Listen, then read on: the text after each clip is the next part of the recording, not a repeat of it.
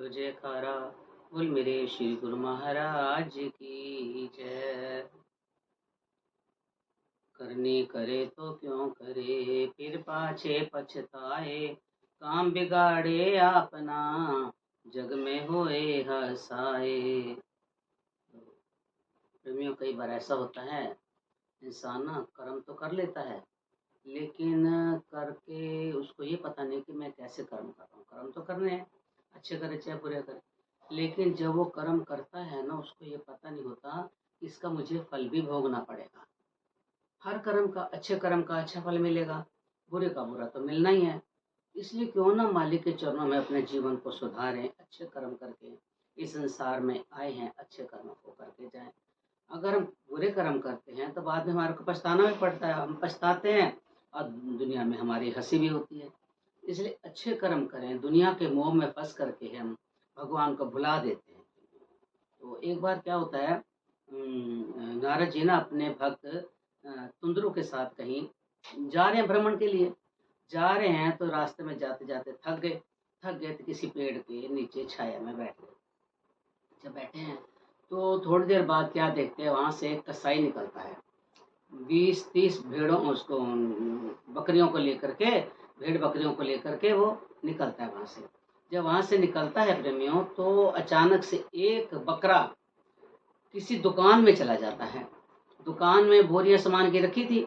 वो जो बकरा है, जब दुकान पे जा करके मोठ खाने लग गया, मोठ खाने लग गया, तो वहां पर जो दुकानदार बैठा था, उसने जब देखा तो उस बकरे उतर करके दुकान से उस बकरे को कान को पकड़ा और 5-7 घूंसे उसको मार दिए। जब उसको मारा तो बकरा बैं बैं करने लग गया।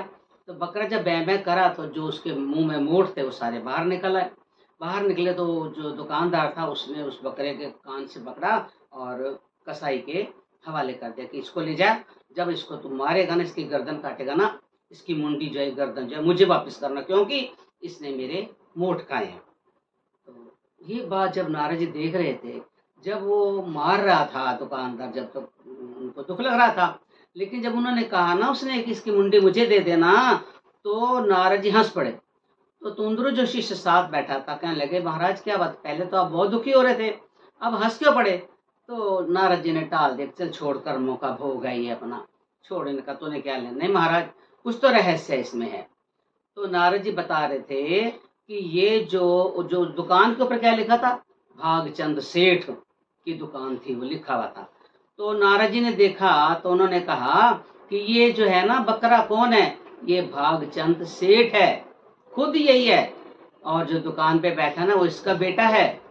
फिर क्या हुआ, तो जब ये मोठ इसने, ये देखो कि वो भी कसाई भी ये सोचता है कि इतने भेड़ बकरे मेरे साथ जा रहे हैं, तो एक ये क्यों उसकी दुकान पे गया, इसका कोई तो कारण होगा ना, इतने में से ये क्यों गया और इसने जाके मोठ क्यों खाए। तो नारद जी तो सब समझ रहे थे, तो उन्होंने उसको बताया कि ये जो है, ये भागचंद सेठ है, जो बकरा है ना ये खुद ही है, और ये दुकानदार। तो भागचंद सेठ ने जिंदगी में सिर्फ कमाया कमाया था, किसके लिए, अपने बच्चों के लिए कमाया, मोह में। तो अब कमाने कमाने के बाद जब ये यहाँ से निकला, मर गया था, निकला, इसको अपनी दुकान याद आ गई, उसी दुकान में ये घुसा।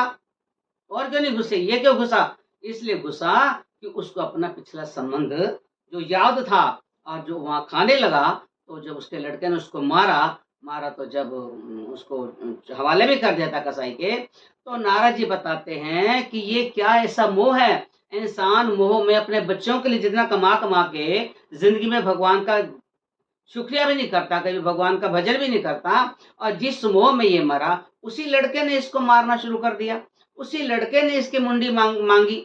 अगर ये भगवान का भजन करता, पुण्य दान करता, तो आज इसका बेटा इसको ना मारता। ये तो जोड़ जोड़ के बच्चों के लिए रख गया, और वो बच्चा इसको 4 दाने मोठ के भी नहीं खाने दे रहा। तभी तो कहते हैं जो पुण्य होता है ना, हमेशा इंसान का सगा होता है, जो पाप होता है ना, वो हमेशा इंसान को दगा देता है। इसलिए कभी भी हमारे को ऐसे कर्म ना करें जो हमारे को पाप, हमारे को दगा दें। पुण्य करते रहेंगे तो हमारा सगा बनेगा। अगर वो पुण्य करता रहता तो आज उसका बच्चा, उसको जो है बेटा, उसको वहां से ना हटाता, ना उसकी मुंडी मांगता। इतना करने के बाद उसकी, क्योंकि केवल उसने अच्छे कर्म नहीं किए थे। अब अच्छे कर्म करके भगवान के चरणों में लगा रहता तो आज उसकी ये हालत ना होती। इसलिए इन चीज़ों को देख कर के अगर हमारे को समझ ना आए और फिर भी हम मोह में फँस करके दुनिया को अपना बना करके बैठे हैं, इतना जीवन प्रभु के चरणों में लगाएँ, ध्यान प्रभु के चरणों में लगाएँ, तो भगवान किसी के रखते नहीं है। इसलिए हमारे को भी सोचना है, हम मालिक के चरणों में अपने जीवन अच्छे कर्म करके दान, पुण्य, भजन, बंदगी, सिमरन जो मालिक ने हमारे को ड्यूटी दी है और जो हम करने के लिए आए हैं उसको हम करें, करके अपने जीवन को सार्थक करें। दुनिया के लिए करते रहेंगे, दुनिया तो ना आज किसी की बनी, ना कल किसी की बनी। इसलिए अपना लोक परलोक संवारना है हमने, अच्छे कर्म करके संसार से जाना पड़ेगा। तो बोलो जयकारा, बोल मेरे श्री गुरु महाराज जी की।